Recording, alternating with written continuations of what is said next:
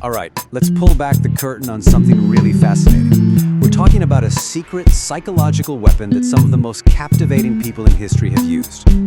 Okay, so what do Harry Houdini, Kobe Bryant, and a perfect first date have in common? I know, it sounds like the setup to a really weird joke, right? You've got this legendary escape artist, an absolute icon on the basketball court, and then that amazing first date where everything just clicks. The thing is, the connection between them, it's totally real, and it's ridiculously powerful. And the answer, well, it's a secret that's been hiding in plain sight this whole time. It's a principle that's so fundamental to how we interact with each other that I promise you, once you see it, you're gonna start noticing it everywhere. All right, first up, Masters of Illusion. Is it magic or something else? Let's start by diving into the world of big, spectacular stage magic. You know, where it really looks like these performers are bending the laws of physics right in front of your eyes. I mean, just think about the scale of what David Copperfield was doing back in the 80s. This wasn't just pulling a rabbit out of a hat. No. He was making the Statue of Liberty disappear. He floated over the Grand Canyon. He walked through the Great Wall of China.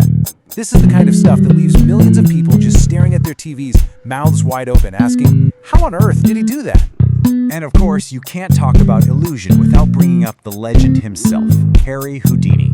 I mean, this guy's entire career was built on doing the impossible, escaping from chains, locked safes, water tanks, you name it. He wasn't just putting on a show, he was basically a symbol of what humans are capable of. So, was it actual magic, supernatural powers? Nah, not even close. The real secret, the engine that powers all these incredible feats, is psychology. It's all about having a deep, practical understanding of the human mind. So let's go ahead and pull back that curtain. Here's the key thing to get. The real power isn't in the trick itself.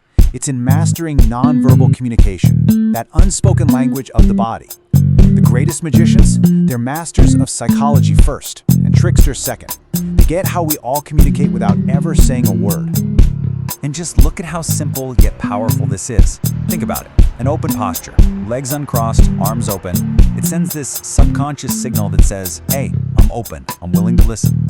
But a closed posture, arms folded, body turned away, that's a wall. It signals resistance so that you're feeling vulnerable. Magicians, great speakers, leaders, they know this, and they use it on purpose to guide how an audience feels and where they put their attention. Okay, so this is where it gets really interesting for our everyday lives. Let's take these secrets and apply them to maybe the most important performance of all, making a real, genuine connection with another person. So there's this technique performers use called a proxemic or emotional fadeaway. It's basically a push-pull thing. Imagine this. After a big moment of connection, like a huge reveal or a shared laugh, the performer might physically lean back or quiet their voice. What does that do? It creates distance, a little bit of tension, and it makes you, the audience, lean in because you want more. It's an incredible way to control the whole emotional rhythm of the moment. Now, does that whole push-pull dynamic sound familiar at all? I mean, listen to this quote. I have a need for spontaneity. He has a need to plant things out. This is a perfect example of how that same tension plays out in our relationships, right? One person is pushing forward with, let's just go, and the other is pulling back with, hang on, let's make a plan. Neither one is wrong, but figuring out how to manage that tension, that's the whole game. And that's the principle right there. It's the exact same idea. Just like a magician is managing the audience's attention, a great connection is all about managing space, tension, and expectations. It's knowing when to lean in with your energy and when to pull back and give the other person some room. It's like a dance. And you know what one of the best tools for that dance is? Active listening. And I don't just mean hearing the words they say, it's about being fully present. Step 1, put your phone away. Seriously. Step 2, really focus on them. Their little facial expressions, their tone. Step 3, try to understand where they're coming from. And 4, respond in a way that shows you actually heard them. That is how you create that magical feeling in a conversation.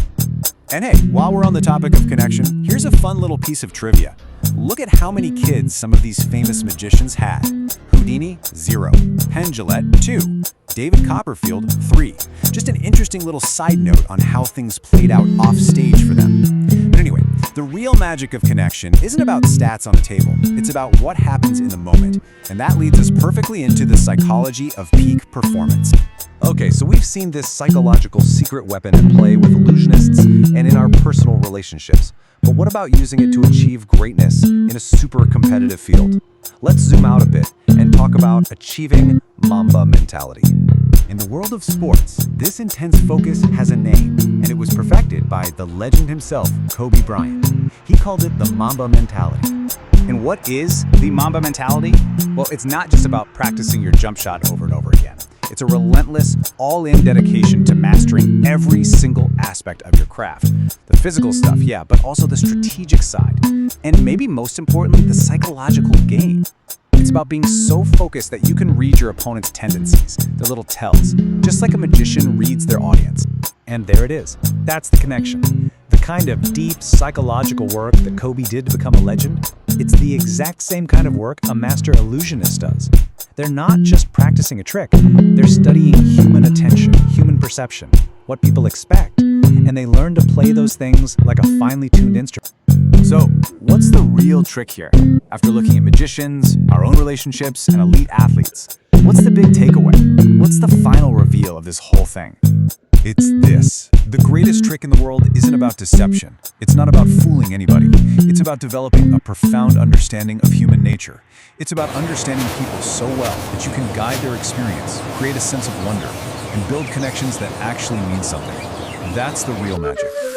And you know what the best part is? None of this is a superpower you have to be born with. These are skills you can actually learn. You can learn to read and use nonverbal cues to build trust. You can practice active listening to make your connections with people deeper and more real. And you can choose to adopt that mastery mindset to get better at whatever it is you care about. So I'll leave you with this final thought. The greatest performers, whether they're on a stage or a basketball court, they make all that deep, hard work look completely effortless, like magic. The question for you is, what about you? What's the one conversation you can have today where you decide to create a little bit of that magic?